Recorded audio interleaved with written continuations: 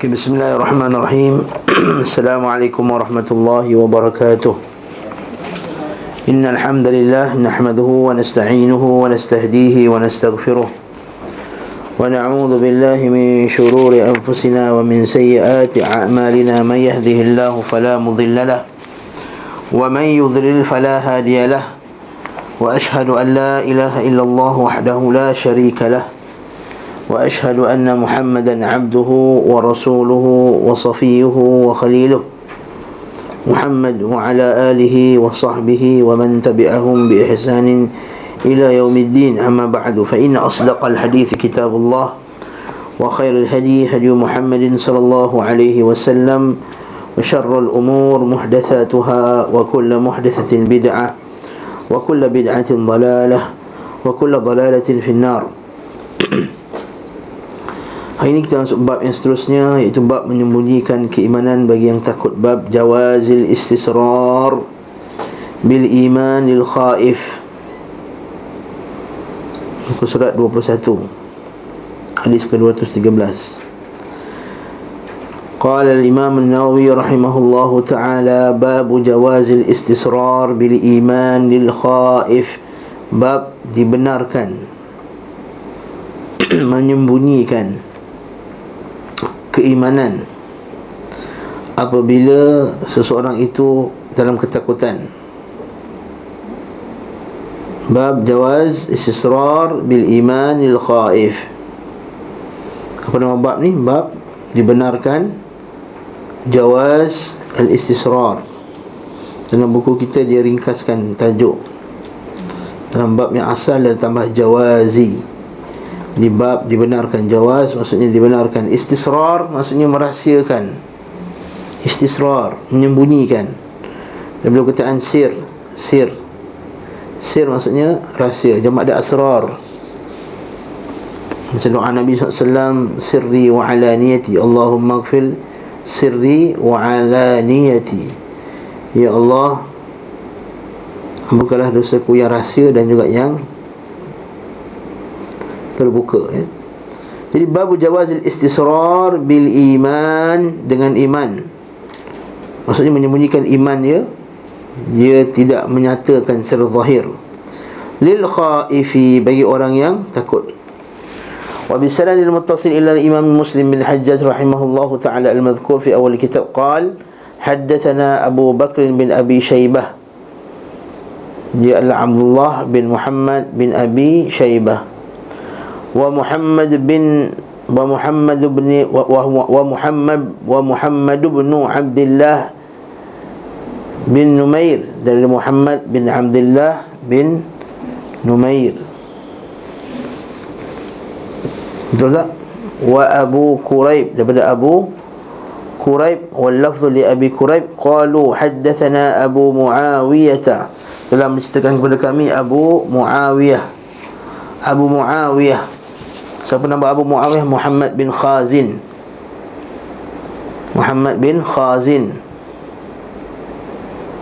Dia antara perawi yang paling kuat daripada A'mash. Athbatun nas fil A'mash. Sufyan Ats-Tsauri, cuma sebagai ulama memandang pula Sufyan Ats-Tsauri dan Sya'bi lebih kuat daripada Abu Muawiyah daripada A'mash. Wassalamualaikum. Wal A'mash anil A'mash, daripada A'mash. A'mash siapa dia? Sulaiman bin Mihran. Nama dia Sulaiman bin Mihran. Berkata Ali Al-Madini, guru Imam Bukhari, al-ilmu li ummati Muhammad sittah. Ilmu itu berkumpul pada 6 orang. Ilmu umat Nabi Muhammad ni berkumpul pada 6 orang. Salah satunya Al-A'mash. Satunya siapa? Al-A'mash ni. Pernah sekali Asy-Syu'bah ditanya, dia kata, ma syafani ahadun fil hadith ma syafani al-A'mash. Berkata Syu'bah, dia kata, tidak ada seorang pun yang memuaskan hati kami tentang hadis sebagaimana A'mash telah memuaskan hati kami. Asy-Syu'bah pernah ditanya tentang A'mash. Syu'bah kata A'mash ini al-mushaful mushaf. Dia mushaf. Maksudnya apa? Ulama gelar A'mash ni mushaf. Maksud apa, doktor? Mushaf maksudnya ingatan ni macam dalam buku. Bila baca hadis macam dalam mushaf, macam dalam tulisan. An Syaqiq, daripada Syaqiq. Syaqiq ini nama dia Abu Wa'il. Dia punya kunyah dia Abu Wa'il. Dia ini termasuk Al-Mukhadramin, Ahadul Mukhadramin. Tuan-tuan pernah dengar Al-Mukhadram? Dia sezaman dengan Nabi, masuk Islam tapi tak sempat jumpa Nabi SAW. Ini Mukhadram. Syaqiq bin Salamah ni Mukhadram.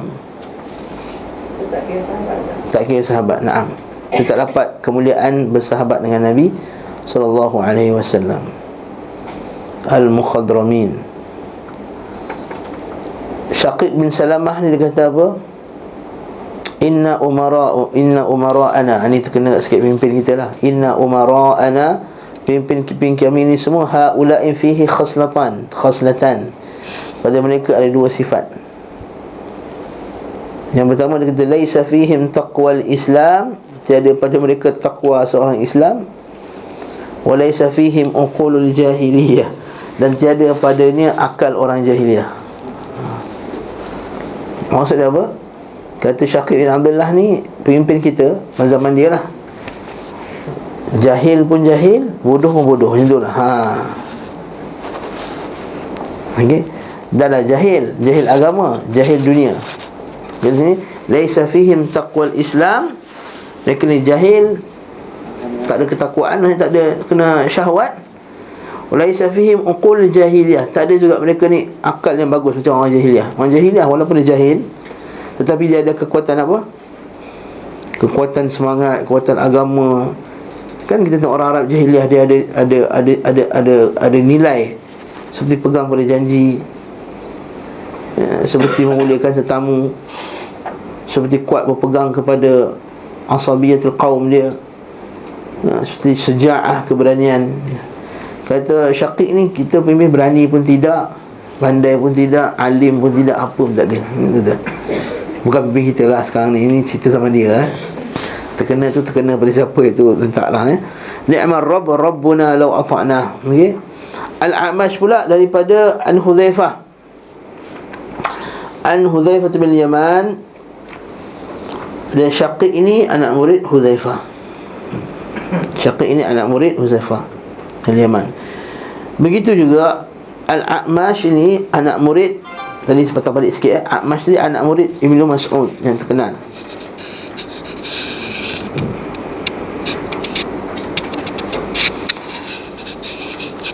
An Hudzaifah radhiyallahu anhu, daripada Hudzaifah ma'ruf, tak perlu kita terjemahkan. Cuma dalam satu riwayat Ibnu Abi Syaibah, pernah murid Hudzaifah ni kata, ya Hudzaifah, Abu Abdullah, ya Hudzaifah, hadithna, wahai Hudzaifah, sampaikanlah hadis kepada kami. Maksudnya hadiskanlah kami. Kata Hudzaifah, lau haddathtukum bikulli ma sami't, kalaulah aku ni memberikan kamu hadis, setiap benda yang aku dengar daripada Rasulullah SAW, la qataltumuni, nescaya kamu semua akan bunuh aku. Sebab apa? Orang rahsia tu munafik tahu. Munafik 12 orang ni yang daripada Hudzaifah, bukan semua orang. La qataltumuni au ma saddaqtumuni, iaitu maksud dia, ada benda-benda yang Nabi SAW bagi tahu dia berkenaan dengan pemimpin-pemimpin yang jahat. Dan sebenarnya dalam hadis Nabi SAW yang Nabi bagi tahu mereka sangat detail. Sifat dia, orang dia macam mana, muka dia macam mana, umur dia macam mana. Ini sama nak macam hadis Abu Hurairah yang kita belajar dalam Sahih Bukhari. Apa dia? Dia kata, hafidhtu an Rasulillah sallallahu alaihi wasallam wi'a'aini min al-ilm, wi'a'un qad bathathtuhu wa wi'a'un law bathathtuhu laquti'a min al-bul'um.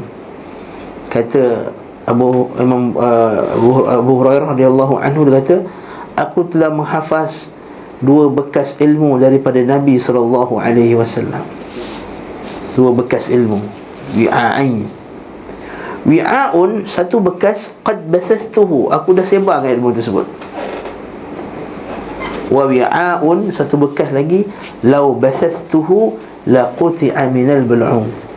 Kalau aku sebarkan satu lagi bekas ni, nescaya aku ni disembelih. Bila ditanya apakah yang disembelih tu, iaitu para syurah hadis, para yang mengkaji hadis, dia mengatakan bahawa ia adalah hadis berkenaan dengan pemimpin-pemimpin yang jahat yang Nabi SAW sebut selepas wafatan Rasulullah SAW. Contohnya macam bila Abu Hurairah menyebut hadis berkenaan dengan halaku ummati fi ughaylimatin sufaha, akan jatuhnya umatku nanti, atau binasanya umatku nanti di tangan seorang pemimpin muda yang bodoh. Sebenarnya Abu Hurairah tahu maksud siapa nama orang tu, tapi dia tak nak sebut. Kalau sebut laquti'a minal bul'um. Kat sini dalil bahawa boleh merahsiakan. Imam Bukhari letakkan bab hadis tu dalam bab boleh merahsiakan sebahagian ilmu kepada sebahagian orang apabila orang tersebut, kaum tersebut tidak bersedia lagi untuk menerima ilmu tadi. Dekat sini bawa kita pengajaran, tak semua benda yang kita tahu kita cerita kat orang.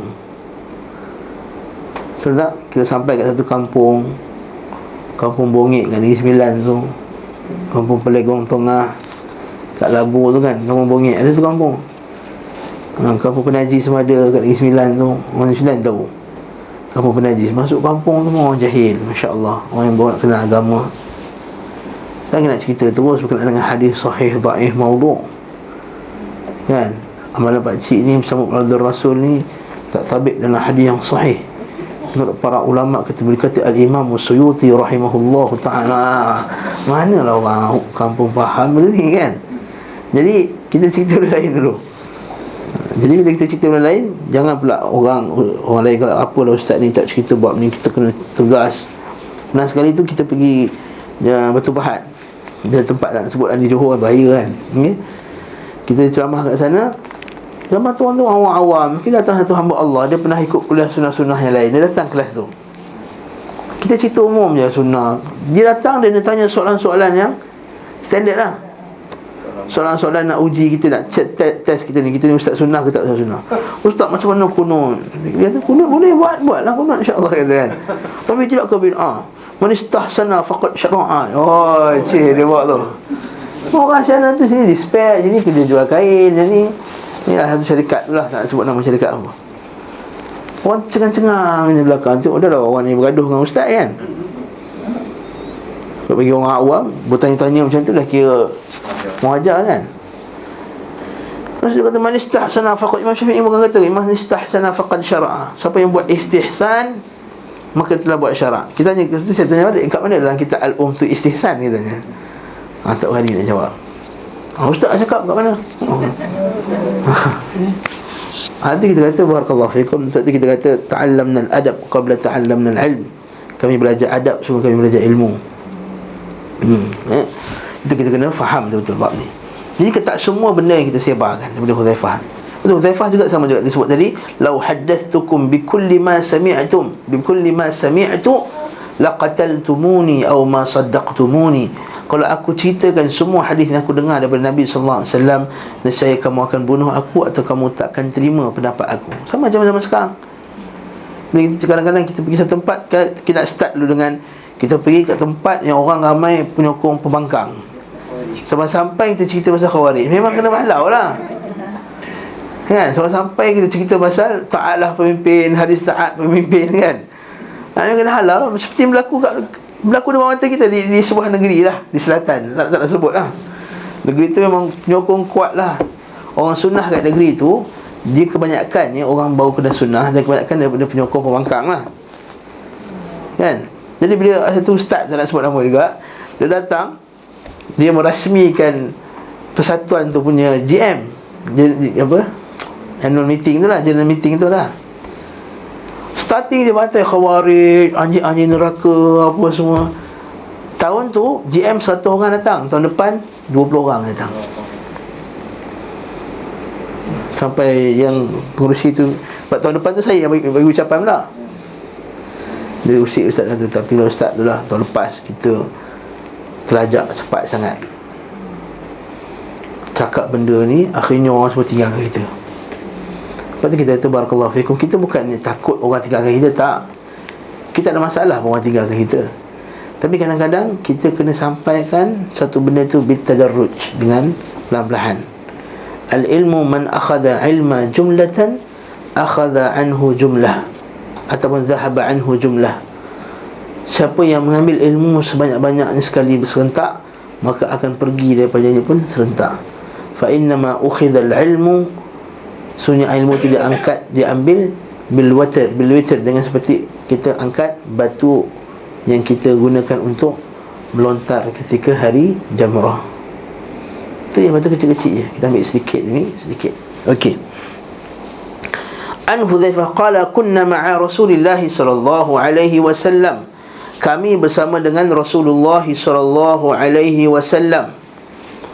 Bersama di sini, maksud di sini adalah ketika Nabi sallallahu alaihi wasallam di Madinah, bukan di Makkah. Kunna ma'a Rasulillah sallallahu alaihi wasallam fil Madinah. Sebab hadis ni tak mungkin di Makkah. Okey. Kenapa tak mungkin di Makkah? Nanti kejap lagi kita tengok. Faqala, berkata Nabi sallallahu alaihi wasallam, uhsuli kam yalfidhul Islam. Uhsuli kam yalfidhul Islam.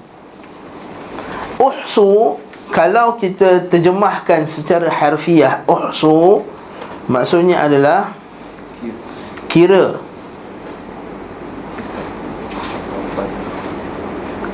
kan? Laqad ahsahum wa addahum adda.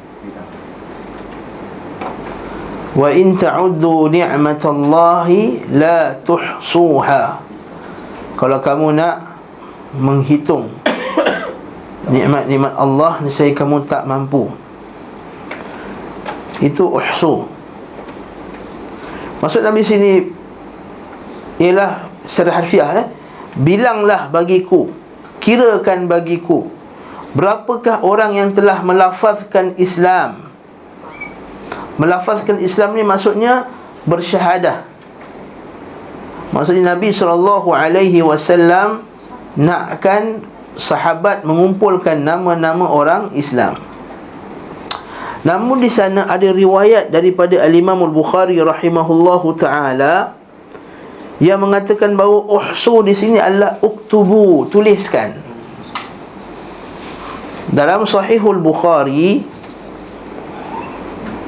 Nabi SAW telah bersabda kepada sahabatnya, uktubu man yalfidhu bil Islam.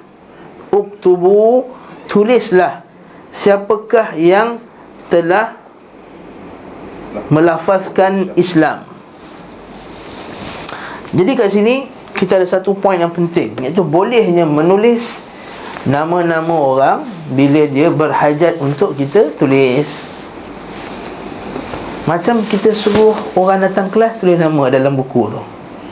Asal datang kelas dan taklim je kena tulis, asal datang kelas dan taklim je kena tulis. Pernah sekali ada satu grup lah. Lama gelak lah. Dah tahu cerita lah. Dia datang kat yayasan taklim, kita jemput ustaz dia lah. Dia datang, kemudian kita bagilah buku ni. Dia kata, apa ni? Ni bid'ah. Maksudnya dia kata bagi dia tulis nama dalam kelas ni ialah bid'ah. Sebab dia kata zaman Rasulullah SAW tak ada pun tulis. Tapi hadis ini telah membatalkan hujah mereka, telah membatalkan dakwaan mereka bahawa menulis tu tak tak sabit, tak warid.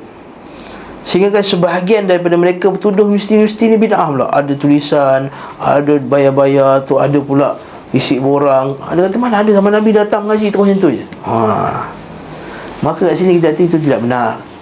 Kan hadis ni uhsuli atau uktubuli kam yalfidul Islam. Satu kata Syekh Muhammad Abdullah Al-Imam, dia kata dalil bahawa jawazu kitabati asma'in nas li'aradin sahihah.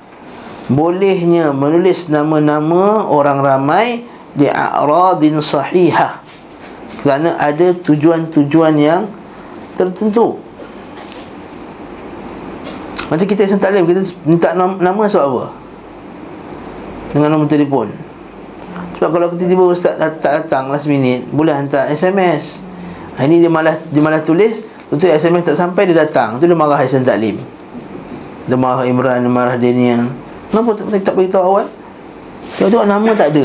Itu masalah tu. Ataupun dah lama sangat tak datang kelas. Itulah last kali nama dia 2 bulan lepas. Jadi dia ambil yang last tu.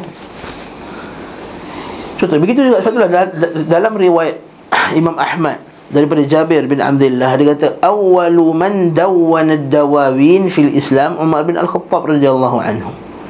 Orang yang pertama yang menulis, yang merekodkan nama-nama tentera contohnya, nama-nama wulat, iaitu pemimpin-pemimpin, nama-nama anak-anak yatim, adalah Umar bin Al-Khattab radhiyallahu anhu.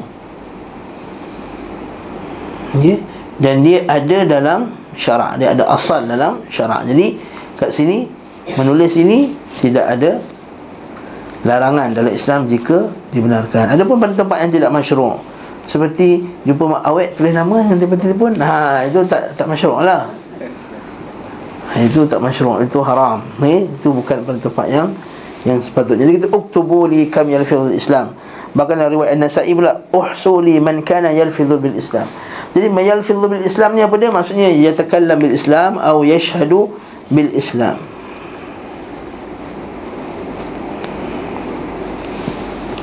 Jadi kenapa Nabi SAW nak minta ditulis nama orang Islam ni? Soalan pula. Kenapa?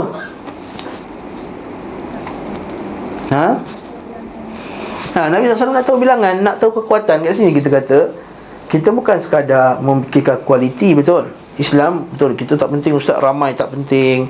Tapi kita penting untuk tahu kekuatan kita. Jadi dengan kita mengira-gira, kita buat Quran. Contohnya kita kata kat tempat kita berapa orang nak ikut sunnah.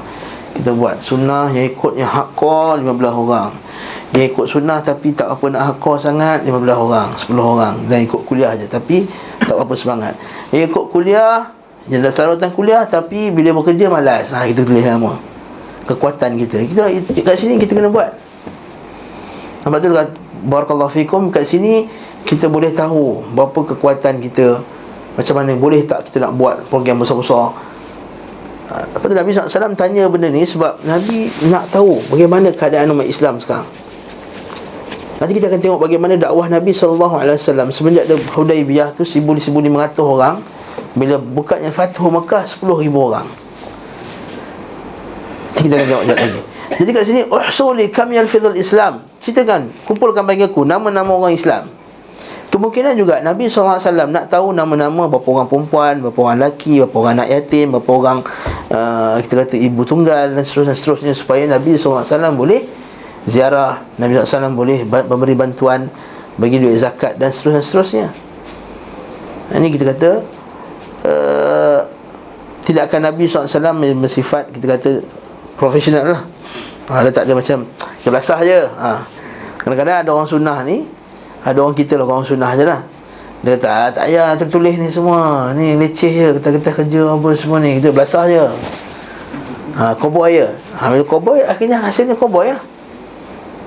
Tak tersusun, tak sistematik dan seterusnya. Itu yang kelang kabut je. Kejap tukar sini kuliah, kejap tukar situ kuliah, pening kita. Kejap Sabtu, kejap Ahad, kejap Jumaat. Itu kan strategi, itu pemeningan kita.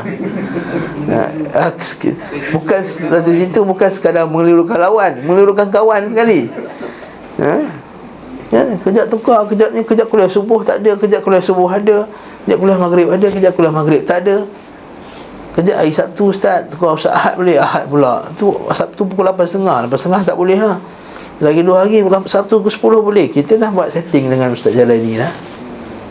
Siapa faham lah cerita apa okey. Dah terpaksa cancel. Allah musta'an. Rugi dah. Rugi orang Syam Taklim tak dapat dengan ceramah Syekh Khalid bin Salamah. Okey. Sebab bagi saya itu adalah masalah sorry, tak mengukur kekuatan. Kita nak bawa satu penceramah yang sangat kontroversi dalam dekat Malaysia ni. Aswaja tak suka punya. Jadi kita kena ukur lah. Kita nak buat ceramah kat Selangor ni, masjid, kat Pahang, tempat-tempat anti. Jadi kita kena ukur benda-benda ni semua dan timbang. Maksudnya timbang tara ni, benda ni sangat penting.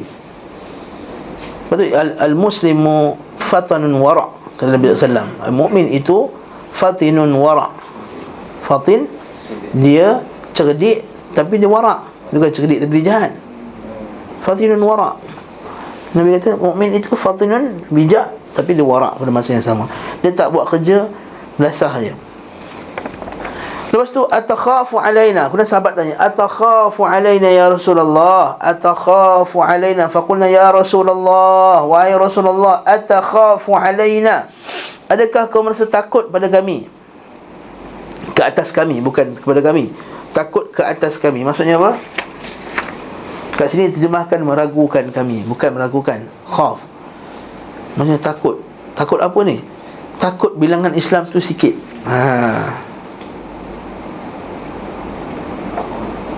Takut orang Islam ni nanti diserang oleh musuh. Takut nanti orang Islam ni dihancurkan oleh musuh-musuhnya. Sebab apa? Bilangan yang sedikit. Sebab itulah para sahabat radhiyallahu ta'ala mengatakan apa? Atakhafu alaina ya Rasulullah? Adakah kau merasa takut pada kami? Ragu, boleh juga lah ragu. Ragu atas kekuatan kami ya Rasulullah. Sedangkan kami ini ma baina 600 ila 700. Sedangkan kami bilangan pada masa tu 600 hingga ke 700 orang. Bayangkan zaman tu para sahabat 600 700 pun dah rasa ramai dah. 600 700 pun dah rasa ramai. Kita kalau 600 700 mesti meng macam ni. Jangan 600 700 Azhar Idrus darab 10.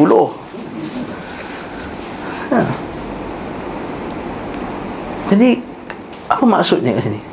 Apa faedah dari sini? Apa faedah dari sini?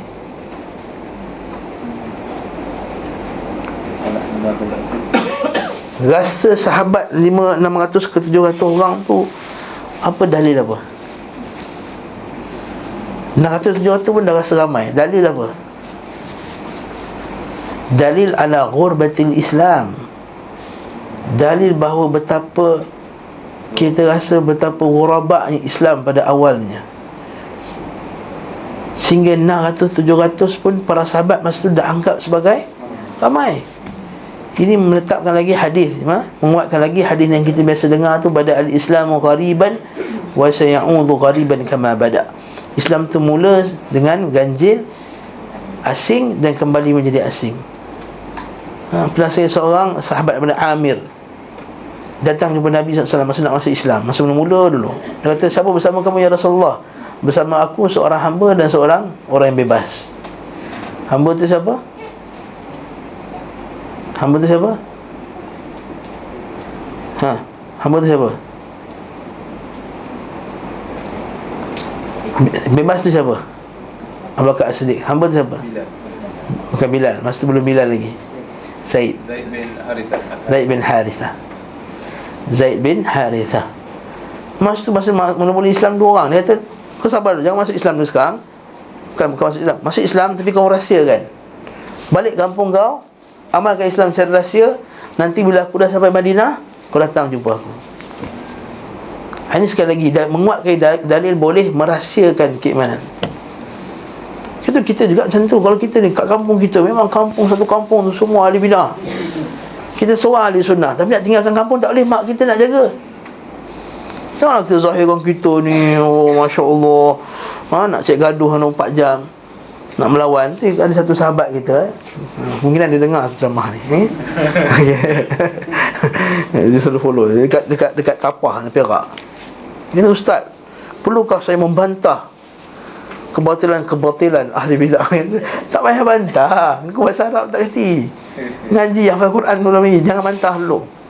Teruskan. Amalkan sunnah, rahsiakan, sabar dan sabar. Itu berlaku pada sahabat tadi, Amir apa nama dia? Amir Syu'bah ke apa. Kemudian dia pergi balik kampung dia amal Islam senyap sunyi. Dia sebarkan sikit-sikit antara keluarga-keluarga terdekat. Nabi SAW sampai di Madinah, dia pergi jumpa Nabi SAW, dia patah balik ke kampung dia, satu kampung masuk Islam lepas tu. Kata kita ni bukannya nak isti'jal, jangan isti'jal. Jangan tergopoh gapah, tergesa-gesa. Lepas tu kalau kita sampai satu kampung, kita tengok, lepas tu kadang-kadang ustaz yang faham benda ni, dia sampai satu kampung tersebut, dia akan cerita sunnah dulu, umum, ikhlas, tauhid, akidah yang sahih. Sebab dia faham.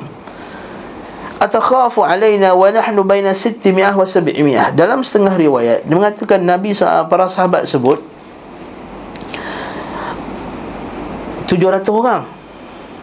Sebagai riwayat pula sebut 1,500 orang. Dalam riwayat Al-Bukhari daripada Sufyan Ats-Tsauri, daripada Hudzaifah juga, dia kata apa? 1,500, 1,500. Dan setengah riwayat pula kata 500. Jadi bagaimana sikap para ulama dalam nak menghadapi perbezaan? Dalam riwayat ini berapa ratus? 600, 700. Dalam setengah riwayat lain kata 1,500. Setengah riwayat lain pula kata 500 sahaja. Jadi macam mana kaifal jam'? Macam mana nak menjamakkan ni? Jauh beza. Kalau 550 boleh ada can lagi kiraan tu tak tahu betul. Tapi ini 1,500 dengan 700. Macam kita lah bila kita tanya berapa ayat Quran, 6. Na ibu na tu 66 masa belajar di sekolah tu. Tengok yang tepat 6,236. 6,236 dengan 6,666, 400 lebih ayat. Tak logik, 400 lebih beza. Macam 2-3 surah beza tu. Jadi pendapat tu kita tolak. Jadi macam mana cara ulama menyelesaikan masalah ni? Okey. Ada sebahagian ulama dia cara dia jamakkan benda ni, dia kata apa? 1,500 orang tu gabung. Lelaki, perempuan, kanak-kanak. Jadi yang 700 tadi tu ialah lelaki saja tanpa perempuan. Habis tu yang riwayat 500 pula, 500 tu muqatilin, yang pergi perang, yang mampu pergi perang. Lelaki 700, tapi lelaki yang mampu pergi perang 500 orang. Itu sebahagiannya.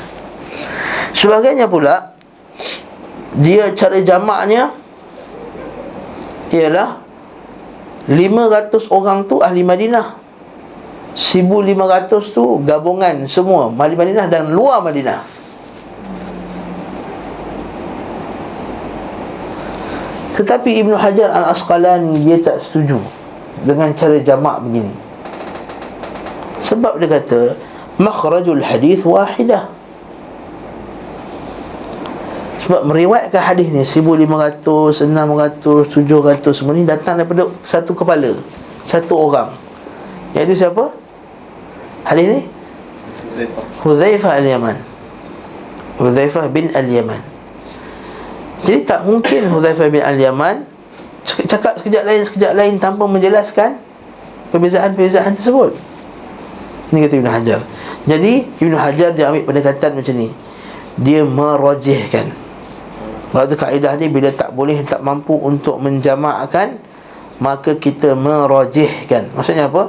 Bila tak mampu nak kumpulkan semua pendapat tu sebab terlampau jauh dan bertentangan, maka dia ambil pendekatan, ambil mana yang lebih rajih, mana yang lebih kuat.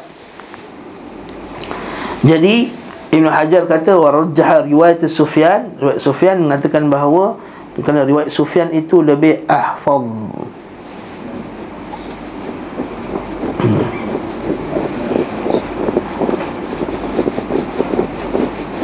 Sufyan daripada Hudzaifah kan? Sufyan daripada Hudzaifah.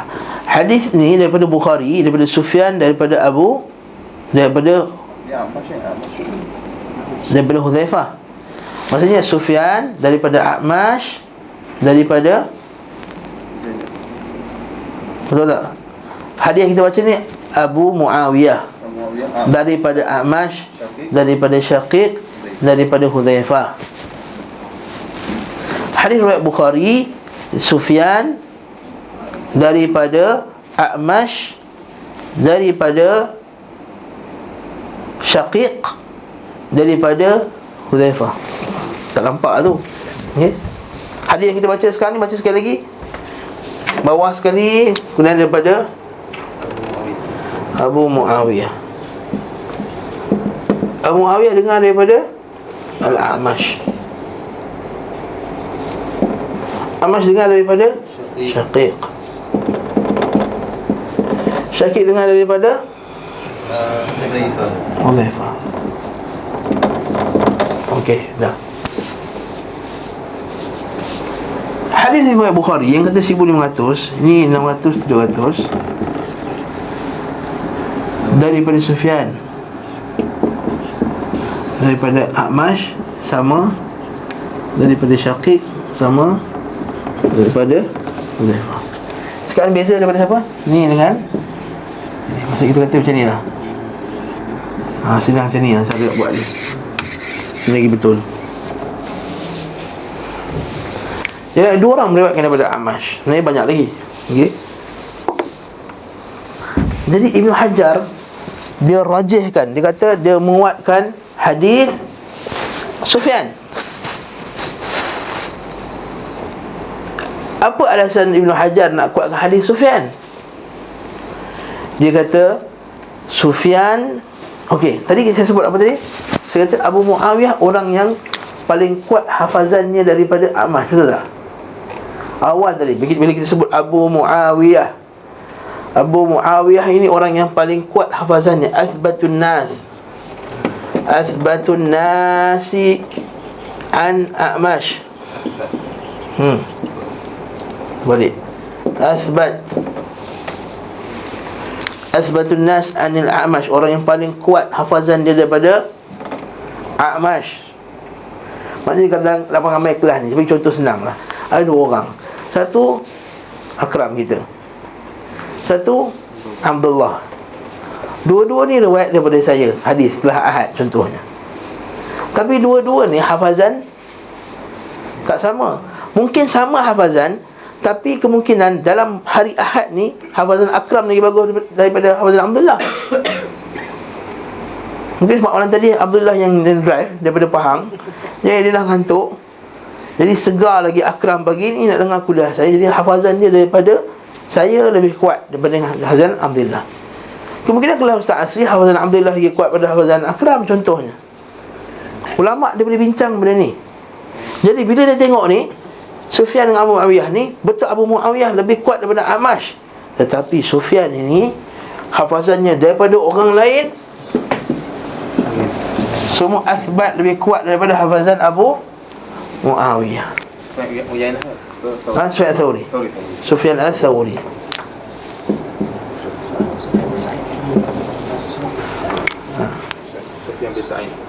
Nabi sallallahu alaihi wasallam. Jadi barakallahu fikum. Bila Ibn Hajar tengok hafazan Sufyan lagi bagus daripada hafazan Abu Muawiyah, walaupun Abu Muawiyah antara paling kuat daripada A'mash, tapi Ibn Hajar kata kita rajihkan pendapat Sufyan ni tadi. Maka Ibn Hajar kata yang lebih tepat ialah ketika itu bilangannya 1,500 orang ke semua. 1,500 orang. 1,500 orang.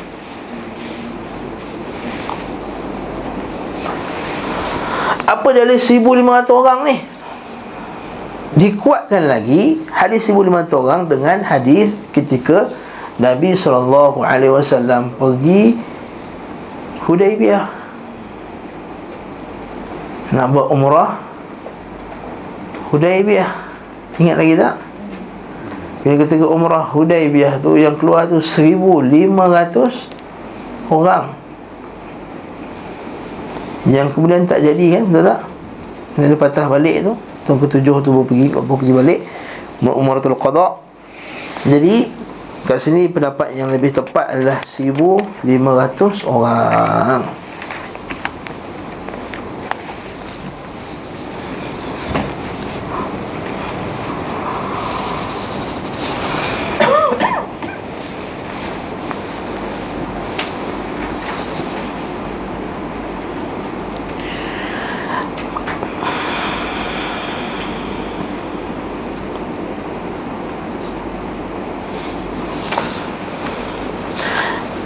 Atakhafu alaina, Nabi SAW dalam keadaan, selesai isu ni, isu terus pula. Nabi SAW dalam keadaan para sahabat ketika itu dah sampai 1,500 orang. Dan kalau kita ikut bilangan kita zaman kita, sikit lagi lah, betul tak? Okey. Namun Nabi SAW masih lagi takut. Atakhafu alaina ya Rasulullah.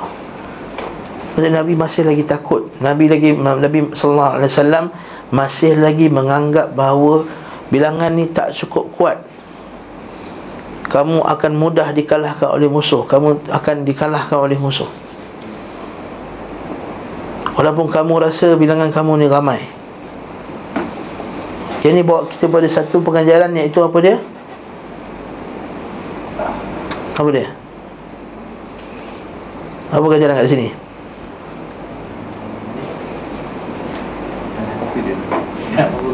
Jangan overconfident dengan bilangan. La taghtar bil kathrah. La taghtar. Adamul ightirar bil kathrah, iaitu kamu ini tidak tertipu dengan bilangan.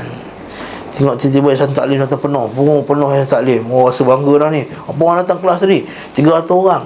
300 orang, Allahu Akbar. Dah rasa hebat kan, 300 orang kan. Datang kelas siapa lagi? Kalau ustaz-ustaz kita sekali, Ustaz Khalid Bawsalamah, 1,000 orang contohnya. Sunnah dah kuat. La taghtar, jangan tertipu dengan bilangan. Kerana sesungguhnya kaum yang berbangga-bangga dengan bilangan ini, maka dia akan musnah dengan bilangan tersebut. Maka kata Syekh Abdul Al-Imam, dia kata, tidaklah suatu kaum yang berbangga-bangga dengan ramainya bilangan itu, melainkan dia akan dimusnahkan dengan bilangan yang ramai tadi.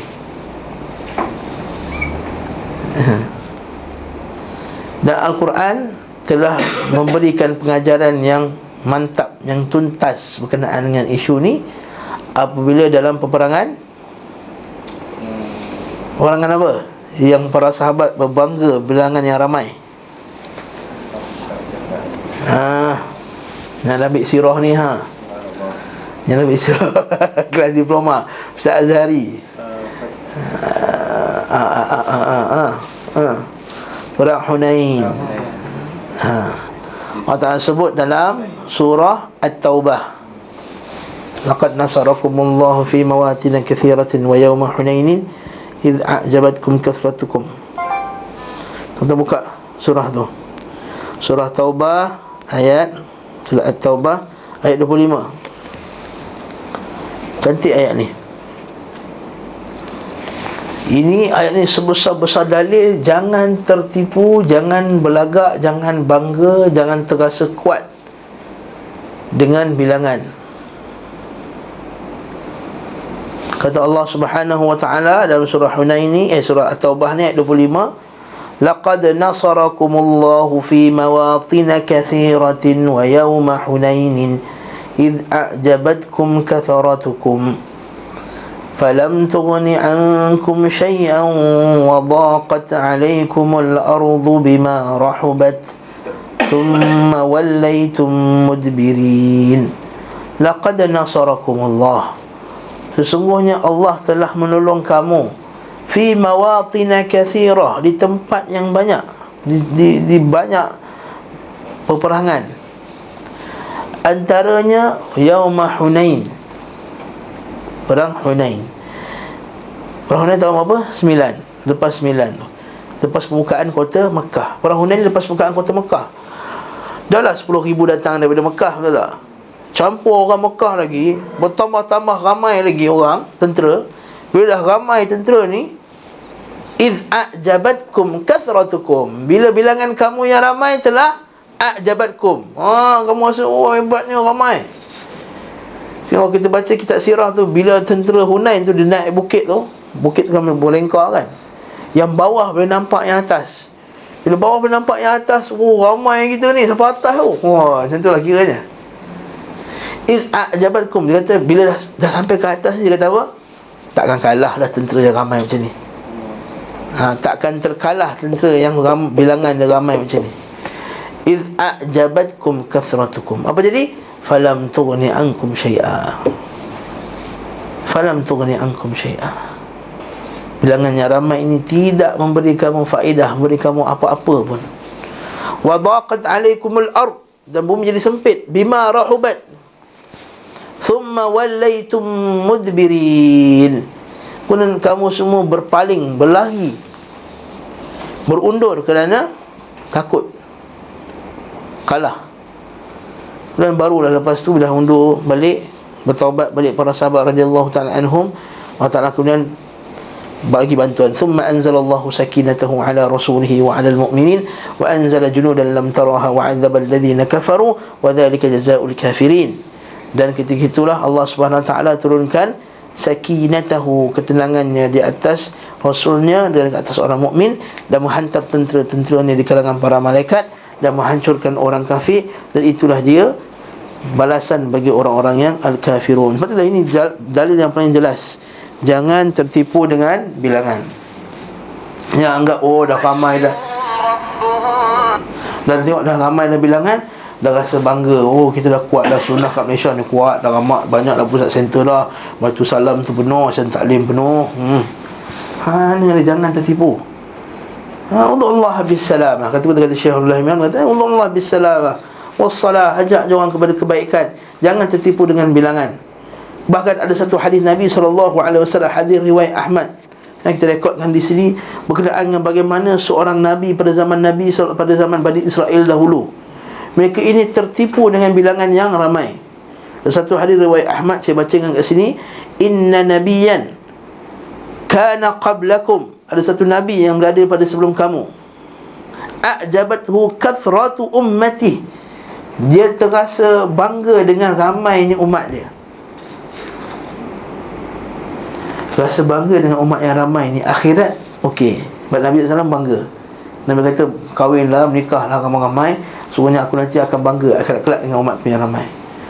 Tetapi jangan bangga kat dunia ni, jangan anggap kuat. Berbangga dengan menganggap kuat tu tak boleh. Dia kata apa? Kathratu ummati faqal lan yaruma haula'i syai'. Dia kata apa? Takkan ada siapa-siapa dapat mengalahkan umatku ini. Lan yaruma haula'i syai'un, tak ada siapa dapat kalahkan umatku ini. Fa'auhallahu ilaihi an khayyara ummatak baina ihda thalath, maka Allah Subhanahu wa ta'ala wahyukan kepadanya supaya dia pilih antara tiga untuk kaumnya. Imma an yusallita alaihim aduwan, sama ada Allah Ta'ala mengalahkan dia dengan musuhnya. Yang kedua, fayastabihahum, kemudian membunuh mereka. Awil ju', ataupun kelaparan, ataupun kematian. Maksudnya, lepas ada rasa bangga tu, Allah Ta'ala kata, okey, kalau kau bangga sangat, pilih antara tiga ni. Sama ada kamu dikalahkan oleh musuh, kelaparan, ataupun mati. Fasyawarahum faqalu, maka Nabi ni pun kumpullah dengan dia punya pemimpin-pemimpin dia. Dia kata, bermesyuaratlah dengan mereka. Maka berkatalah mereka, faqalu ammal adu fala taqata lana al-yawma bihim, maka hari ni kami tak mampu nak dikuasai oleh musuh kami. Wa ammal ju' fala sabara li fa'ili fama sabara alaih fama sabara lana alaih, dan kami tak mampu nak tahan lapar. Walakinnal maut, tapi kami pilih untuk mati. Sebab apa? Kalau musuh datang, sama juga mati juga. Kalau lapar, akhirnya mati juga. Lebih mati, minta mati terus. Fa arsala alaihimul maut, maka dihantarlah kematian. Famata minhum fi 3 ayyam, dalam masa 3 hari 70,000 umat dia mati. Bila Nabi SAW dengar hadis ni, Nabi SAW terus baca doa, Allahumma bika asul wa bika ahul, ataupun sebenarnya Allahumma bika uhawil wa bika usawil wa bika uqatil. Ya Allah, dengan namamu lah kami uhawil, kami berusaha, Wa bika usawil, dengan nama-Mu ya Allah kami berjalan sana dan sini untuk buat kerja dakwah ni. Wa bika uqatil, dan dengan-Mu lah ya Allah kami berperang. Maksudnya apa? Dah bukan dengan tentera-tentera dah, dengan-Mu ya Allah, dengan-Mu ya Allah, dengan-Mu ya Allah. Maksudnya apa? Terus Nabi SAW dah tak terasa bilangan tu dapat membantunya. Ini yang kita kata firman Allah Subhanahu wa taala, faman nasru illa min indillahil azizil hakim. Faman nasru, dan tidaklah kemenangan itu, nafi, illa, ada istisna, min indillah, melainkan daripada sisi Allah Subhanahu wa taala, al-azizil hakim, yang maha perkasa lagi maha bijaksana. Tuan-tuan Allah, jangan cari kemenangan dengan bilangan. Tuan-tuan semua buat kerja dakwah tempat masing-masing, saya tahu. Ada yang kerja dakwah pada tempat dia, ada yang cuba dakwah pada orang LGBT, ada orang cuba dakwah pada orang-orang muda, ada yang kerja dakwah pada anak-anak, ada yang buka sekolah. Jangan tertipu dengan bilangan. Mintalah tolong dengan Allah Subhanahu wa taala, seperti doa Nabi tadi, Allahumma bika uhawil wa bika usawil wa bika uqatil birahmati ya hayyu ya, kena setengah riwayat pula dia tambah lagi, ya hayyun ya qayyum birahmatika astaghith, ya hayyun ya qayyum birahmatika astaghith. Okey, seterusnya dari riwayat Tirmizi ada tambah, ya hayyun ya qayyum birahmatika astaghith. Kemudian Nabi kata, sahabat tanya kita, atakhafu alaina, adakah kamu rasa takut ke atas kami ya Rasulullah? Jadi jawapannya, iyalah, takutlah. Nabi takut kamu ni akan diuji, walaupun beramai nanti kamu akan diuji seperti mana kita telah diuji sekarang. Ramai tak orang Islam? Ramai. Tapi beramai yang telah teruji, yang ditipu oleh para musuh.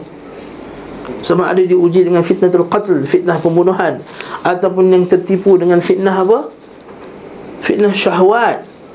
Beramai orang kita yang terfitnah dengan fitnah syahwat, yang ikut syahwat orang kafir, ataupun terfitnah dengan fitnah syubhat. Beramai yang ikut ajaran-ajaran yang sesat. Jadi ini semua fitnah. Fadlah kata sebagian ulama salaf, tidaklah datangnya satu fitnah. Ini kata Huzaifah al-Yaman juga, tidaklah datangnya satu fitnah, melainkan fitnah itu akan memakan ahli sunnah. Hal itu kita takut. Tidak datang satu fitnah, melainkan fitnah itu akan makan ahli sunnah. Maksudnya apa?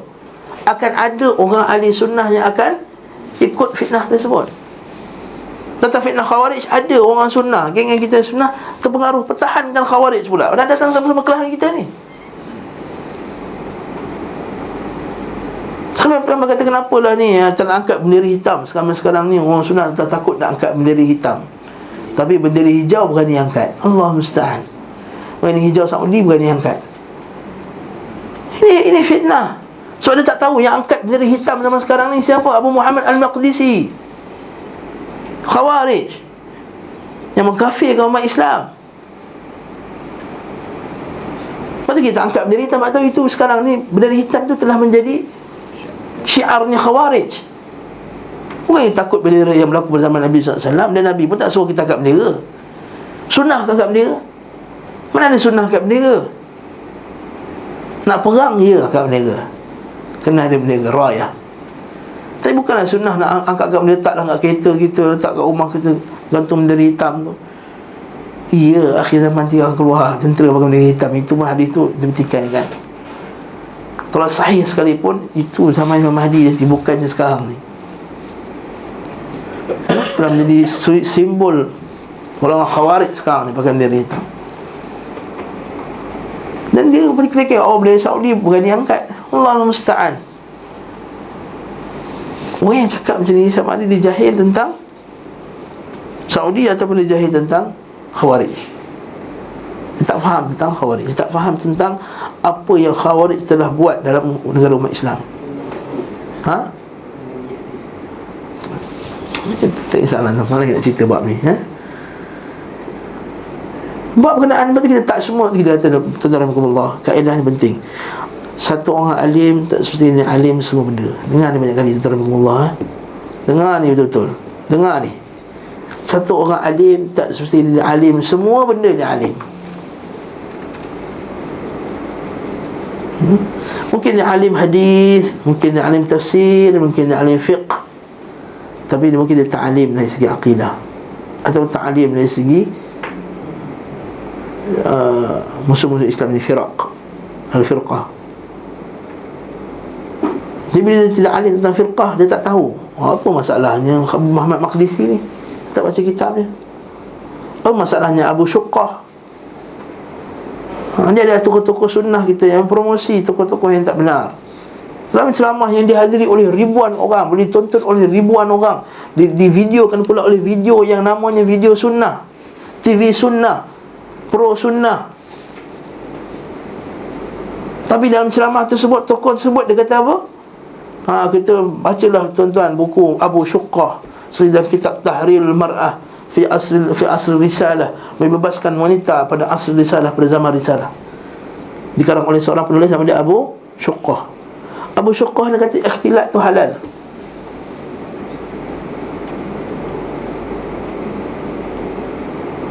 Abu Syuqqah kata ikhtilat halal. Abu Syuqqah memperlekehkan hukum niqab. Abu Syuqqah ni kata niqab ini melemahkan wanita, melemahkan penglihatan dia. Pertama dia kata melemahkan penglihatan, bila tutup kan tak nampak dah. Yang kedua melemahkan pernafasan dia, tak nafas, tak ada nafas. Allah musta'an. Cuba angkat petong besi, tengok orang Arab dengan orang Melayu, siapa lagi kuat? Okay. Ini barakallahu fikum, ini bentuk pelecehan. Tapi dia dipromot Salim Al-Iwa, dipromot ulama dalam kelas Salim Al-Iwa. Tapi kita angkat, bila kita tegur benda ni, dia kata kita ahli tahzir pula. Masya Allah. Dia kata kita ni kaki tahzir, kaki apa, kerja dia nak pancung orang, macam sebut kelas lepas, kaki menakir. Kita tak sebut pun tokoh tu jahat ke baik, tak sebut. Kita kata dia tuali bid'ah, kita kata benda ni salah, itu je. Kenapa promote benda ni?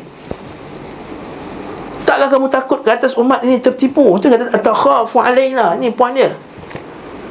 Nabi takut atakhafu alaina. Kamu takut ya Rasulullah, sedang kami kan 1,500. Dan benar ketakutan Nabi SAW. Kita sekarang 1 bilion,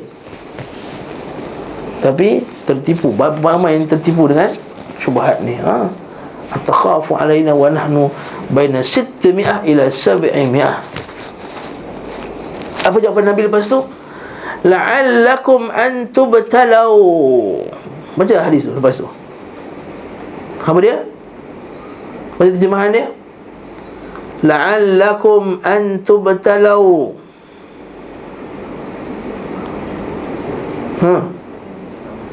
Apa terjemahan dia? Alhamdulillah. Alhamdulillah, ya Abdullah, Iqra terjemahan dia. Semua salam sabda kerana tidak dapat menyangka bahawa satu hari nanti kamu akan diuji. Itu dia. Kamu tak sangka la'allakum. Kamu tak tahu. Mentantah kamu la'allakum antum talau. Seperti mana kita sekarang ni diuji. Fabtulina. Dan betul kata sahabat, fabtulina. Dan memang kami diuji. Fabtulina hatta yaj'ala ar-rajulu minna illa la yusalli illa sirra. Dalam surah At-Talaq ayat 1, la tadri la'alla Allah yuhdithu lakum ba'da dhalika amra wa ma yudrika la'allahu yazakka. Maksudnya innakum la tadrun, sebenarnya kamu tak tahu. Apa pengajaran kat situ? La'allakum an tubtalau. Kamu semua tak tahu. Mana tahu kamu ni akan diuji. Dalil apa? Apa pengajaran kat situ? Jangan ingat kita tak diuji. Satu, jangan ingat Alhamdulillah kita dah aman, Masya Allah, sunnah dah kuat. Macam Saudi kata duduk kat Saudi, insya-Allah Saudi ni tak ada benda lah, ulama semua bagus, kuat-kuat. Rupanya tak, rupanya gerakan liberal yang kuat juga ada di Saudi. Masuk ke dalam televisyen. Betul dah sekarang ada orang buat kajian dengan anak-anak Saudi sekarang ni. Beramai dah yang anak-anak ayah-ayah mereka hantar ke sekolah-sekolah international ni. Sebab kononnya anak-anak mereka cakap orang putih. Tapi rupanya international school sana dia belum lagi di-Islamize lah, maksudnya belum di-Islamikkan lagi. Maka anak-anak tu sebagian tak kenal. Dia buat ujian, dia kata ish hadha ma hadha, gambar buaya bahasa Arab. Alligator. Anak orang Arab ni. La bil Arabiyah la adri, wallahi la adri. Tak tahu tu timsah, bahasa Arab timsah. Ni kita belajar sekolah rendah Malaysia belajar. Buaya bahasa Arab timsah. Anak Arab ni tak kenal. Ni alligator, crocodile. Apa tu Ustaz? Salah kalau jadi? Tak salah kalau bahasa Inggeris. Tapi kalau orang Arab dia lupa bahasa Arab, dia menjauhkan dia daripada apa? Daripada kitab dia. Betul kata Nabi SAW. Nabi kata dalam hadis riwayat Huzaifah juga, ya ma'syaral Arab, wahai orang Arab, kalau kamu tidak mendirikan agama ini, fa ghairukum ahra alla yaquma bih. Ya ma'syaral Arab, wahai orang Arab, kalau engkau tidak menjaga umat ini, kalau orang Arab yang tak dapat jaga umat ini, fa ghairukum ahra alla yaquma bih, maka selain bila engkau ni lebih lagi layak tak tegakkan agama ni. Kata kita alhamdulillah, ada lagi lah negara-negara Islam yang masih lagi kuat dalam mendidik anak-anak dia menghafaz Quran, menghafal hadis, menjaga agama ni. Kita alhamdulillah. Alhamdulillahirabbil alamin, nikmat yang besar. La'allakum innakum la tadrun. Yang kedua, pengajaran hadis tadi daripada frasa tadi, innakum la tadrun, kamu tak tahu. La'allakum antum tubtalu, innakum la tadrun. Dalil bahawa kalau kita ni tak tahu, tak mengaji tentang apa? Tentang perkara-perkara yang merosakkan kita, tentang syubhat-syubhat ini, kita takkan sedar itu adalah satu bentuk ujian kepada kita. La'allakum antum tubtalu. Yang ini sama macam kita sebut sebelum ni, kan? Betul hadis Nabi, banyak hadis Nabi, man tashrifah yastashrifha faqad tastashrifuh. Maka siapa yang duduk mencari-cari fitnah ini, maka dia akan terbakar dengan fitnah tadi. Kenapa dia mencari-cari fitnah? Kenapa dia mencari-cari kesesatan? Sebab dia tak tahu. Innakum la'allakum la tadrun. La tadrun, kamu tak tahu. Dan bahawa kalau kamu tak tahu fitnah, kamu tak mengaji pasal fitnah, kamu tak dengar hadis-hadis tentang fitnah, kamu tak tahu itu fitnah. Bila kamu tak tahu itu fitnah, tubtalau, kamu akan sebab tu kita sebarkan, betul kita buat pengajian, sentiasa buat pengajian sana sini kita pasal fitnah ini. Betul tak benar orang kata ustaz-ustaz sekarang ni kerja dia ceramah masjid-masjid. Ceramah masjid-masjid bukan dakwah. Allah musta'an. Apa benda dakwah tu hanyalah ajak orang muslim pada Islam? Tak semestinya. Betul kata Syekh Saleh Fauzan, Syekh, kenapa kita nak ajar tauhid ni sedangkan dah Islam dah?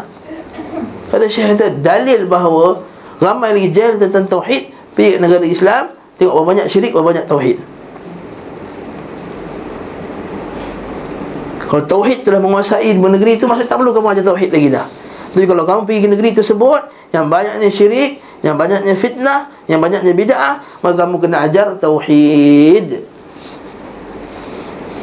Ini tentang kelas nak ajar maqasid syari'iyah benda ni.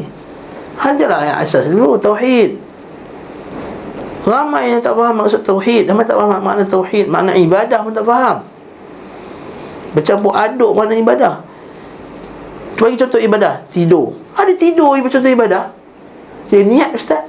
Iya betul lah, tidur dengan niat yang baik, jadilah tidur yang berpahala. Tapi dia bukan ibadah yang disuruh. Adakah Allah Ta'ala suruh tidurlah kamu? Makan ustaz, makan, jogging.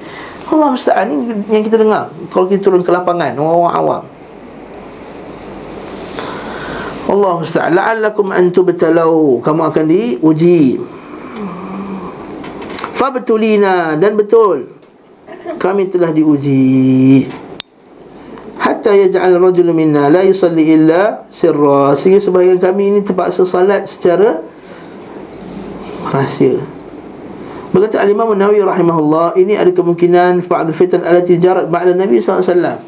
Kemungkinan adalah fitnah-fitnah yang berlaku selepas kewafatan Nabi sallallahu alaihi wasallam. Sehingga sebagian daripada mereka menyembunyikan diri.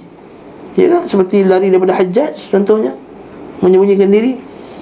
Sa'id bin Jubair 10 tahun lagi daripada Hajjaj, kan? 6 tahun ke 10 tahun? Tak saya 10 tahun. Sa'id bin Jubair yang dibunuh oleh Hajjaj itu 10 tahun. Sampai ke tahun ke 10 dia kata dah penat nak lari dah, tak apa, terzahirkan je lah. Mana 10 tahun semayang secara rahsia. Wa yusalli sirran makhafatan min adh-dhuhur, makhafatan min adh-dhuhur, kan takut bila zahir nanti kena bunuh. Wal musyarakatu fi ad-dukhul fil fitnah wal hurub. Dan termasuk juga ini adalah kerana solat secara rahsia, iaitu tak keluar ketika berlakunya fitnah dan peperangan. Wallahu ta'ala a'lam. Ada sebagian ulama seperti Ibn Hajar Al-Asqalani, dia kata benda ini berlaku pada akhir zaman Uthman. Ya kan, ketika pembunuhan Uthman kan, kelang kabut semua semayang kat rumah masing-masing. Uthman semayang kat rumah dia. Ada sebagian pula alim mengatakan bahawa ialah berkenaan dengan Amir Kufah ketika itu, namanya Al-Walid bin Uqbah. Al-Walid bin Uqbah ni dia melambatkan solat. Dia melambatkan solat macam Hajjaj jugalah. Dia lambatkan solat, yuakhir solat, atau la yuqimuha ala wajhiha, ataupun tidak mendirikannya dengan cara yang betul. Wa kana ba'dul war'in yusalli wahdahu sirran. Jadi tak nak sembahyang lambat, sebab kita sembahyang Jumaat kena sembahyang dengan imam. Ini dalil bahawa tak boleh buat jemaah di masjid melainkan dengan imam yang telah dilantik oleh kerajaan. Kalau masjid tu dah ada imam yang dilantik. Contohnya masjid negara, katakanlah sekali dapat pemimpin yang mana kepala tak betul punya, dia kata sembahyang Zuhur pukul 3, dia lewatkan sembahyang Zuhur sebab kita ada meeting ke, ada apa. Contoh. Atau sembahyang Jumaat pukul 4, pukul 3 ke. Sebab Jumaat itu milik imam kan. Al-Jumaat milik imam ni ada 5 benda: Jumaat, perang, sepadan, Zuhur, satu lagi zakat ataupun haji, zakat. Itu semua milik pemimpin, bukan kita. Al-Jum'atu wal jama'ah wal thugur wal hurub wal zakah. Ada benda-benda yang hak pemimpin, isytiharkan raya contohnya. Jadi katakanlah pemimpin masa tu melewat-lewatkan solat.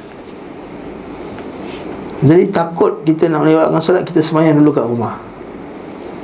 Itu maksudnya la yusalli illa sirran. Tapi kemudian dikeluar juga solat bersama pemimpin supaya tak nak fitnah. Sebab contohnya zaman Ibn Abbas kan, solat belakang Hajjaj, sedangkan Hajjaj masa tu solat Jumaat lambat. Biar solat waktu yang lain, Ibn Abbas main di rumah, tapi dia keluar juga sebab tak nak fitnah. Satu fitnah apa? Satu fitnah pada diri dia sendiri, takut dibunuh. So takut dianggap bahawa dia ni tidak bersama dengan pemimpin. Lalu kata, oh dia ni tak datang semayang bersama kami ni, dia tak anggap kita ni imam ke? Lalu dia hukum. Atau juga takut fitnah perpecahan. Kata, oh Ibn Abbas tak keluar, kita pun tak nak keluar lah. Nanti kita terbahaya. Orang alim ni jadi contoh. Jadi Ibn Abbas keluar, kita keluarlah. Pemimpin kata keluarlah, kita pun akan keluar. Ini seperti yang kita sebut sebelum ni, kisah Muslim bin Yasar.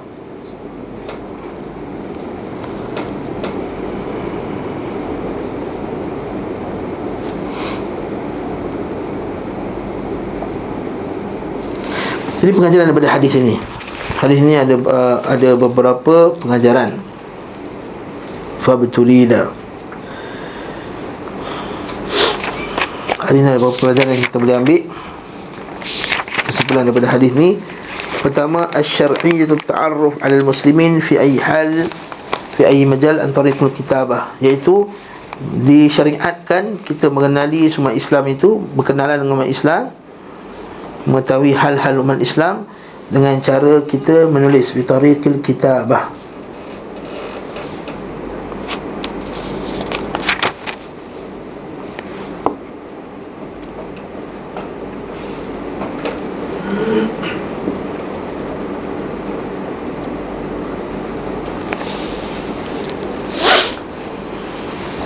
Okey, dengan cara menulis. Yang kedua, anjuran untuk menjaga urusan-urusan manusia, umat Islam, dengan cara penulisan, seperti menulis ilmu, mencatatkan nama anak-anak, mengumpulkan nama-nama anak yatim, tentera dan lain-lain. Maksudnya pertama tadi masyru'nya menulis, yang kedua digalakkan penulisan tadi, apatah lagi untuk tujuan menjaga hal umat Islam.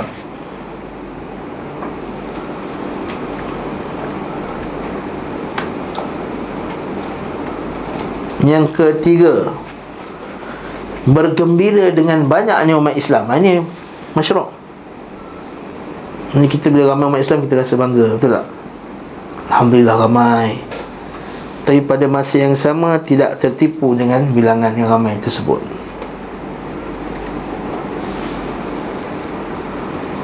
Itu yang kelima, iaitu at-tahdid minal ujub, iaitu ancaman terhadap sikap ujub dan tertipu dengan bilangan yang ramai.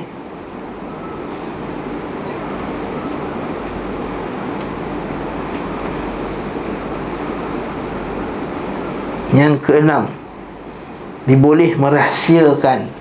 Ini poin utama lah.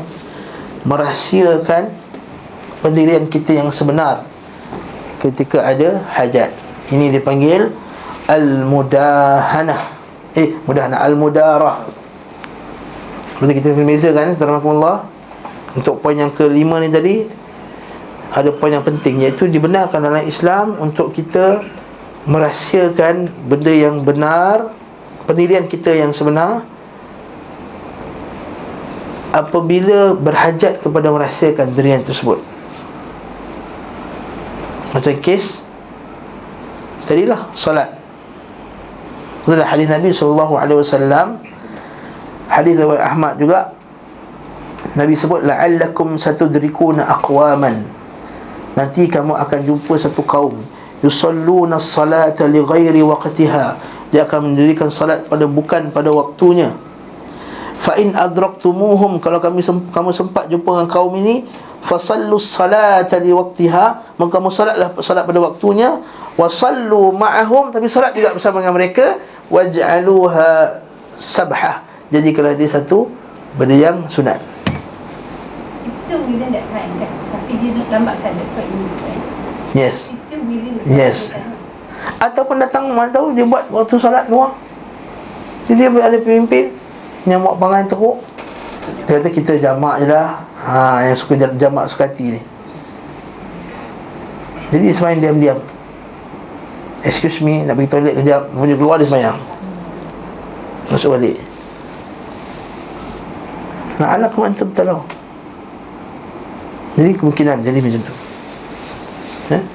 Kalau within dalam time lagi, tu boleh tahan lagi, tu tak berdosa lagi.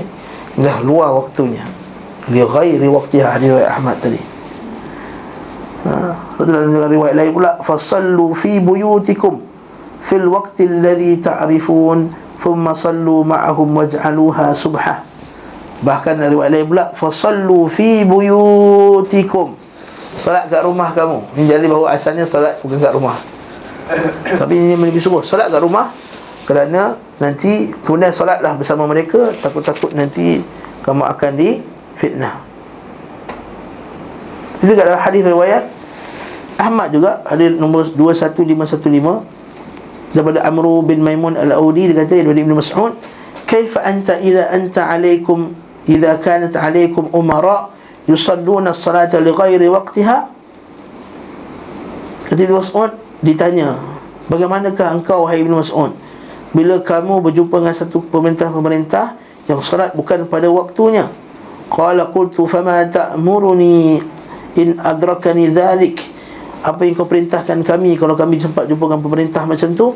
Sallis salata li waqtiha, solat pada waktunya.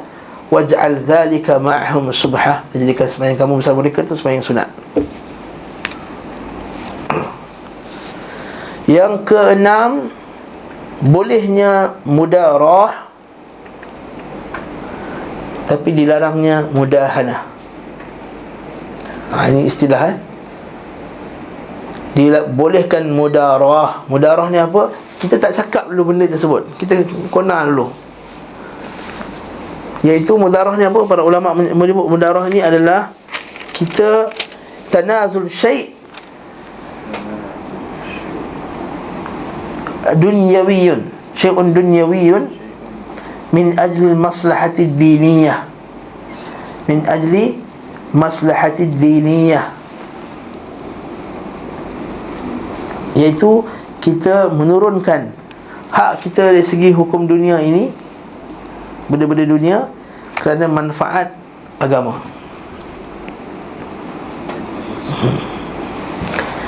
Contoh tadi lah, kita kata tak usah cerita dulu, kita kona dulu. Kadang-kadang kita sama kat tempat kampung, satu kampung, tiba-tiba ada orang datang, dia tahu kita ni sunnah, orang lain tak tahu. Seorang melaun ni dia nak kenakan kita. Melaun dia kata, "Ustaz, apa hukum maulid Nabi?" Dia datang saja tanya soalan. Dia tahu masjid ni lusa nak buat masjid maulid Nabi ni. Dia dah panggil Habib lah. Kita jamaah tu Jumaat, Isnin tu dah nak maulid Nabi, atau Ahad maulid Nabi. Dan saya tanya, "Ustaz, apa hukum maulid Nabi?" Maka kita tak memberi jawapan yang direct. Kita tahu ketika itu memang tujuan dia untuk dia nak kenalkan kita. Maka kita kata maulid Nabi itu kona sampai orang tak faham. Dia tak cakap. Okay? Siapa nak pakai mudarah, ambil mudarah, tak ada masalah. Tapi jangan mudahanah. Maulid ni khilaf. Khilaf terjadi tu. Ada sebagian ulama kata boleh, Ibn Taymiyah kata boleh. Dia tak detailkan. Ibn Taymiyah kata boleh tu apa benda, mana, macam mana keadaan apa semua. Ibn Taymiyah kata dapat pahala apa Maulid Nabi. Dia tak salah buat lah.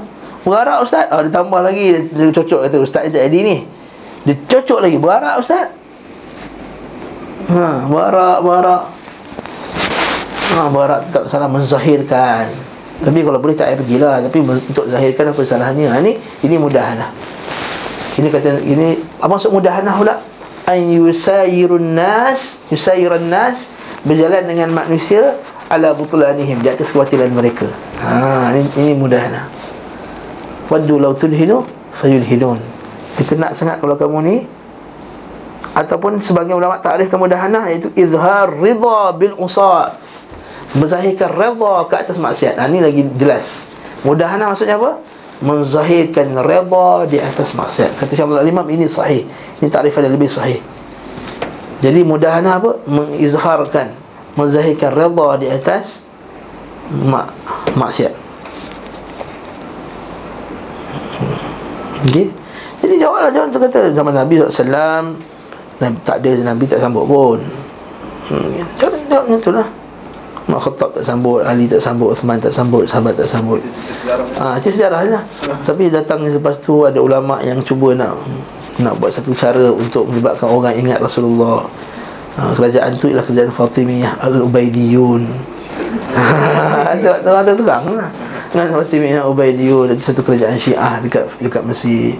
Tujuannya untuk membuat peringatan Rasulullah SAW. Pada sama mereka juga sambut Maulid Fatimah, Maulid Uthman, Maulid Ali, Maulid Hasan, Maulid Husin. Dan kerajaan Ubaidiyun Fatimiyah yang telah dihancurkan oleh siapa?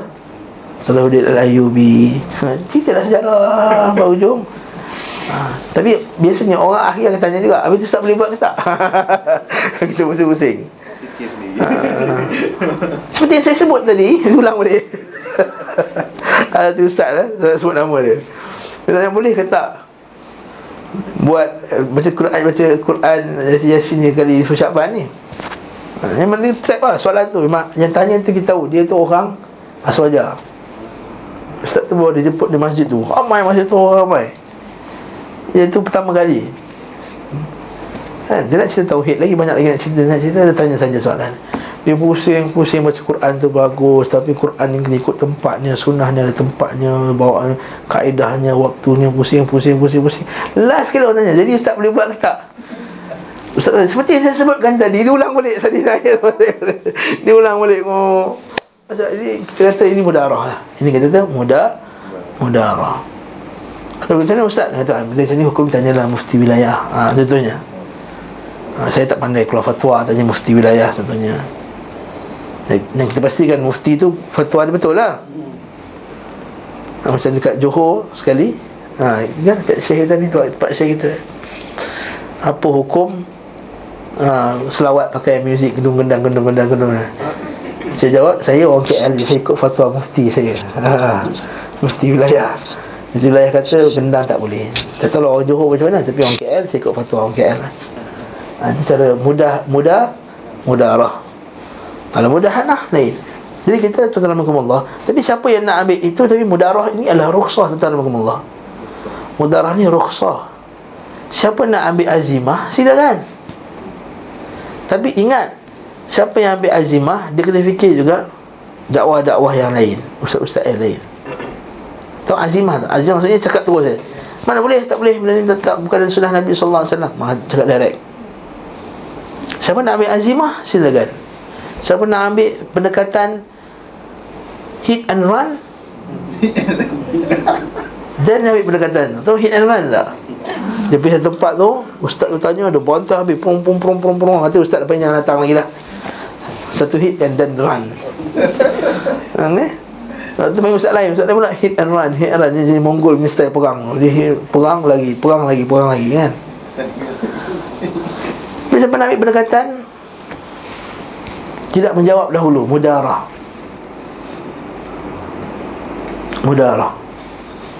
Bahkan baru ni kita buat perbincangan dengan sebagai ustaz, kita tak nak sebut nama ustaz tu.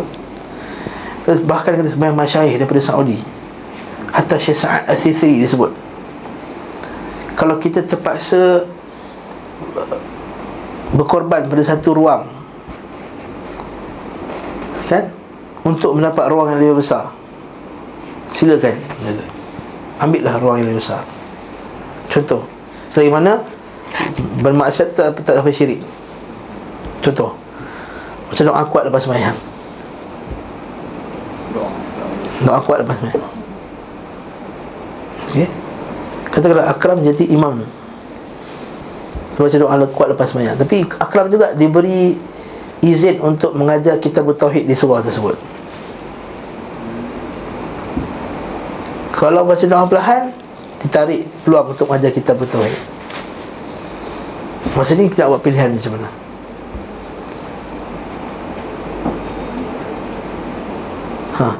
Kalau kita baca doa perlahan, confirm orang cop Wahabi, dia tak boleh ajar kitab tauhid.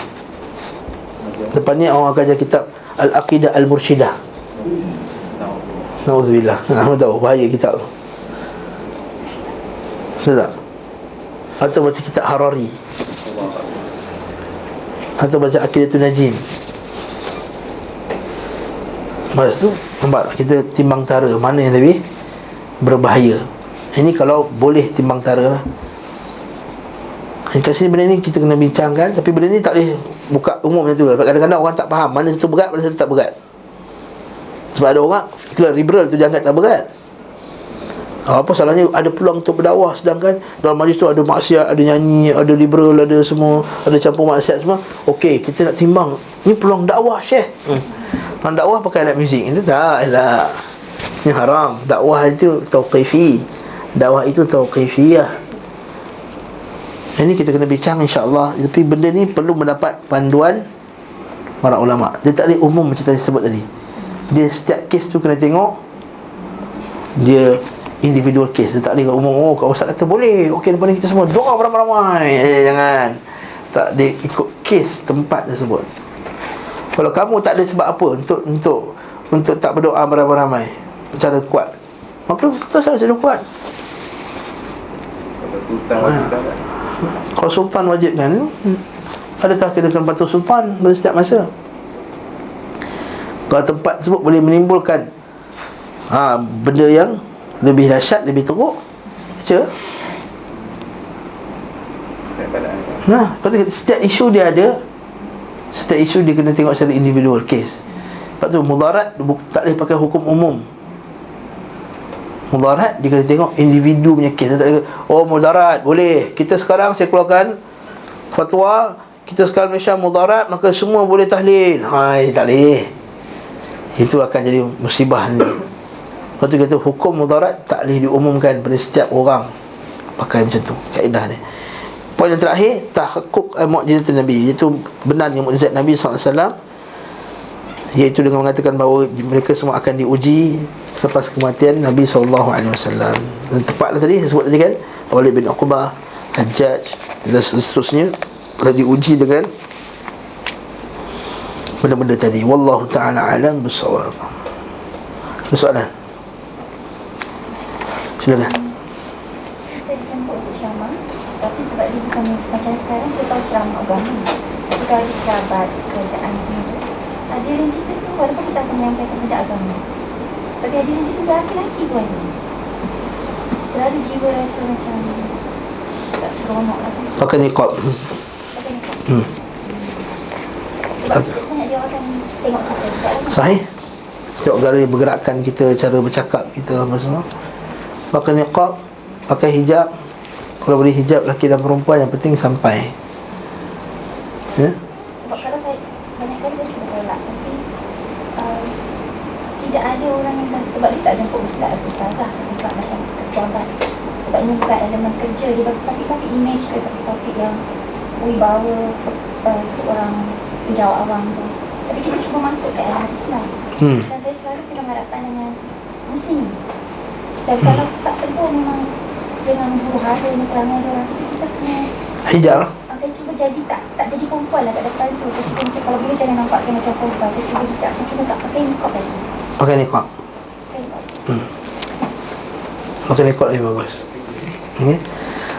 Kita bila kedapan dengan lelaki bercakap dengan perempuan apa semua, orang lelaki akan perhati, dia tengok je mulut dia, bibir dia, Allah nipihnya bibir dia, Allah hidung ni mancungnya hidung dia, putihnya kulit dia, tengok cara bergaya, cucut mulut dia. Oh, orang lelaki, Masya Allah, syaitan akan tipu kita, kan? Akhirnya kita terpaksa, kan pula kita nak ke depan orang dengan muka selebet. Pasti kita elok, kita nak elokkan muka, pakai tudung yang elok, pakai apa semua. Jadi cara nak elakkan daripada fitnah ni, pertama sekali memang asal, kita sebut asal perempuan tak ceramah atas lelaki, asal. Tapi sabit juga daripada sebagian para sahabat radhiyallahu ta'ala anhum bertanya fatwa daripada Aisyah. Tapi Allah Ta'ala sebut was'alhunna min ghairi min wara'i hijab. Tapi tanyalah mereka di sebalik pada hijab. Jadi dalilnya bahawa puan kena pakai hijab. Hijab macam curtain lah dia. Kalau ada curtain tu dan afdal. Tapi kalau terpaksa untuk tak ada curtain untuk sampaikan benda tersebut, maka pakai niqab. Kalau tidak, buat khas untuk muslimat. Kalau saya, cadang saya pertama, buat khas untuk muslimat dulu. Muslimin tak payah. Kalau terpaksa juga, pakailah niqab. Okay? Pakailah niqab. Wallahu a'lam bissawab.